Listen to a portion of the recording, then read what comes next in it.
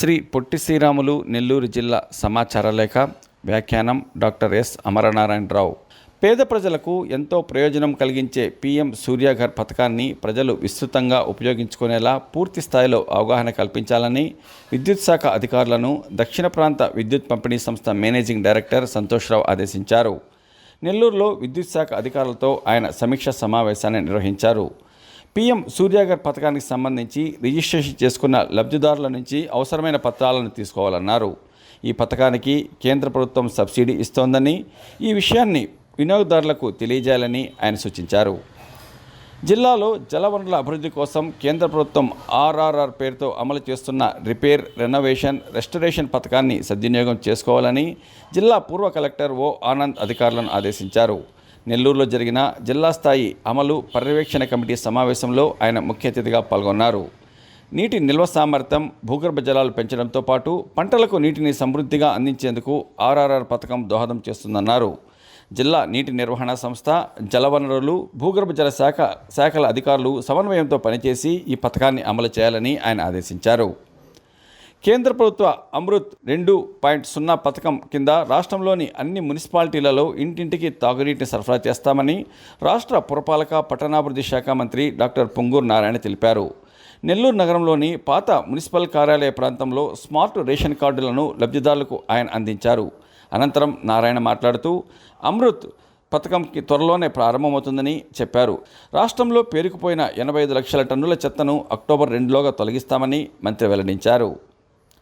మహిళల ఆరోగ్య భద్రత కోసమే స్వస్థ నారీ సశక్త పరివార్ అభియాన్ కార్యక్రమాన్ని కేంద్ర ప్రభుత్వం అమలు చేస్తోందని కలెక్టర్ హిమాంశు శుక్లా అన్నారు. నెల్లూరులోని ప్రభుత్వ జనరల్ ఆసుపత్రిలో స్వస్థ నారీ సశక్త పరివార్ అభియాన్ కార్యక్రమాన్ని ఆయన ప్రారంభించారు. ఈ సందర్భంగా కలెక్టర్ మాట్లాడుతూ మహిళల ఆరోగ్యమే కుటుంబ ఆరోగ్యానికి మూలాధారమనే నినాదంతో కేంద్ర రాష్ట్ర ప్రభుత్వాల ఆధ్వర్యంలో ఈ కార్యక్రమాన్ని అక్టోబర్ 2 వరకు విస్తృతంగా నిర్వహిస్తున్నట్టు చెప్పారు. ఈ కార్యక్రమం ద్వారా మహిళల్లో ఆరోగ్య, పోషకాహార అవగాహన పెంపొందించడం, సమయానుకూల వైద్య పరీక్షలను చేయించడం, రక్తహీనత నివారణ, తల్లి శిశు ఆరోగ్య పరిరక్షణపై ప్రత్యేక దృష్టి సారించడమే లక్ష్యమన్నారు. మహిళలకు వైద్య పరీక్షలు నిర్వహించి ఆరోగ్యంపై అవగాహన కల్పిస్తామని కలెక్టర్ వెల్లడించారు. తెలుగు భాష ఆధునీకరణతో పాటు భవిష్యత్ తరాలకు మాతృభాష మాధుర్యాన్ని చేరువ చేసేందుకు సృజనాత్మక మార్గాలను అన్వేషించాలని తెలుగు భాషాభిమానులు, సాహితీవేత్తలను భారత పూర్వ ఉపరాష్ట్రపతి ముప్పవరపు వెంకయ్యనాయుడు కోరారు. నెల్లూరులో జరిగిన తెలుగు భాష దినోత్సవంలో ఆయన ముఖ్య అతిథిగా పాల్గొన్నారు. ఈ సందర్భంగా వెంకయ్యనాయుడు మాట్లాడుతూ వాడుక భాష వ్యాప్తికి గొడుగు పట్టిన గిడుగు రామ్మూర్తి పంతులు జయంతి సందర్భంగా తెలుగు భాషా దినోత్సవాన్ని జరుపుకోవడం అభినందనీయమన్నారు. జిల్లాలోని సోమశిల, కండలేరుతో పాటు ఇతర జలాశయాల్లో సమృద్ధిగా చేరిన నీటిని సద్వినియోగం చేసుకోవాలని రాష్ట్ర దేవాదాయ శాఖ మంత్రి ఆనం రామనారాయణ రెడ్డి కోరారు.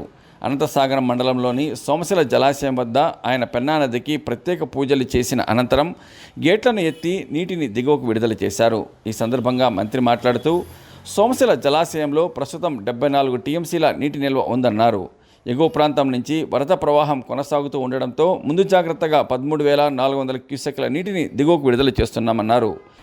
సముద్రంలో లభించే ఆహార ఉత్పత్తులు, ఇతర ఖనిజాలపై పరిశోధన చేసేందుకు కేంద్ర ప్రభుత్వానికి చెందిన జాతీయ సముద్ర సాంకేతిక సంస్థతో నెల్లూరులోని విక్రమసింహపురి విశ్వవిద్యాలయం అవగాహన ఒప్పందాన్ని కుదుర్చుకుందని విశ్వవిద్యాలయ ఉపకులపతి ఆచార్య అల్లం శ్రీనివాసరావు తెలిపారు.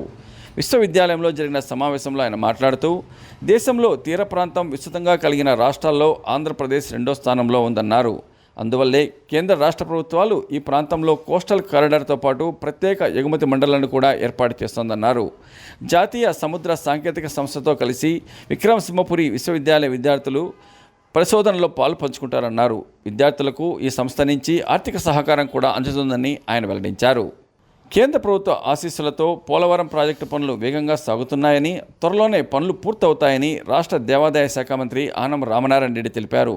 నెల్లూరులో ఆయన విలేకరులతో మాట్లాడుతూ పోలవరం ప్రాజెక్టుకు అవసరమైన నిధులను కేంద్ర ప్రభుత్వం ఇస్తోందన్నారు. రాయలసీమతో పాటు రాష్ట్రంలోని ఇతర ప్రాంతాలకు కూడా సాగునీటిని అందించే లక్ష్యంతోనే బనకచర్ల ప్రాజెక్టును రాష్ట్ర ప్రభుత్వం తీసుకువస్తోందన్నారు. శ్రీ పొట్టి శ్రీరాములు నెల్లూరు జిల్లా సమాచార లేఖ. వ్యాఖ్యానం డాక్టర్ ఎస్ అమరనారాయణరావు. సమర్పణ ప్రాంతీయ వార్తా విభాగం, ఆకాశవాణి, విజయవాడ కేంద్రం.